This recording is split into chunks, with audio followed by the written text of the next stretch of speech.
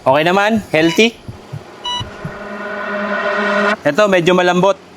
Kulang sa hangin.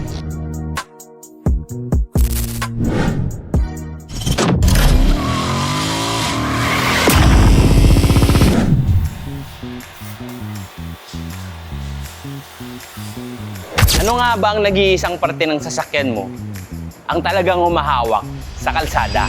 Your girlfriend, bumper, coilover, battery, brake pad. Gulong! Tama! Ito yung 4 na pirasong goma na kasing laki ng palad mo. Gulong! Gulong! Gulong! Gulong! Gumagastos tayo ng libo-libong dirhamo para sa paint, para sa oil, para sa body kit ng mga kotse. Pero ang gulong, feeling natin mga immortal sila.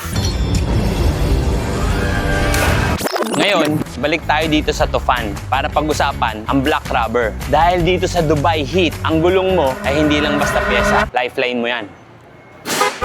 Alam nyo, sa kahit anong brand na gulong na bibili nyo, makikita nyo tong number na to.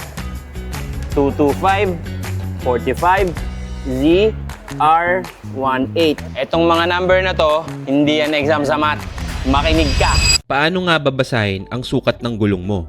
Halimbawa, meron kang tire size na P205/65R1695B. Ang unang letra ay nagsasabi kung anong klase ng gulong ito. P is for passenger tire, na karaniwang ginagamit sa mga kotse at SUV. Iba pang halimbawa, LT is for light truck, ST is for special trailer. Ang unang 3 numero ay ang lapad ng gulong na sinusukat sa millimeters. Ang pangalawang numero ay ang aspect ratio o ang taas ng sidewall ng gulong bilang porsyento ng lapad nito. Mas mataas ang aspect ratio, mas matangkad ang sidewalls. Kaya kadalasan, mas komportable ang ride, mas mahusay sumalo ng lubak. Mas mababa naman ang aspect ratio, mas sporty ang handling, mas responsive sa pagliko. R is for radial tire. Ito ang pinakakaraniwang uri ng tire construction na ginagamit ngayon dahil nagbibigay ito ng mas magandang performance, tire life at fuel efficiency. 16. Rim diameter. Ang numerong ito ay ang diameter ng wheel rim na sinusukat sa inches. Ang load index naman ay numerical code na nagsasabi kung gaano kabigat ang maximum load na kayang suportahan ng tire kapag tama ang tire pressure. Mas mataas ang load index, mas mataas din ang weight capacity ng gulong. Ang huling letra naman ay ang speed rating na nagsasabi ng maximum safe speed ng tire kapag nasa tamang kondisyon at load. Bawat letra ay may katumbas na maximum speed rating. Ito ang pinakamalaking pagkakamali ng karamihan. Ang iniisip nila, okay pa. Lika, tingnan mo yan. Pwede pa, di ba? Makapal pa yung thread. Wrong. Look. Aray ko! Ang goma kasi, parang prutas. May expiration din. Hanapin nyo yung 4 na digit, kagaya nito. 0126. Anong ibig sabihin nun? Week 1 of year 2026. Doon siya ginawa, manufacturing date. Ngayon, para sa safety ng lahat at standard practice, 5 taon lang ang buhay ng gulong mo. Kapag lumampas na ng 5 taon, delikado nang gamitin. Kahit makapal pa yung thread niyan, tandaan nyo, ang goma tumitigas din. Pag na-expired,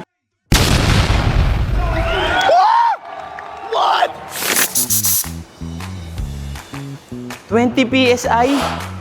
Hala, hindi na gulong to. Pancake na to. Alam nyo ba, na kapag mas malambot ang gulong nyo, mas hirap ang makina, mas malakas sa gasolina. Ibig sabihin, nagsusunog ka ng pera habang nagdadrive. Okay lang yun kung mayaman ka, pero mayabang ka eh, di ba?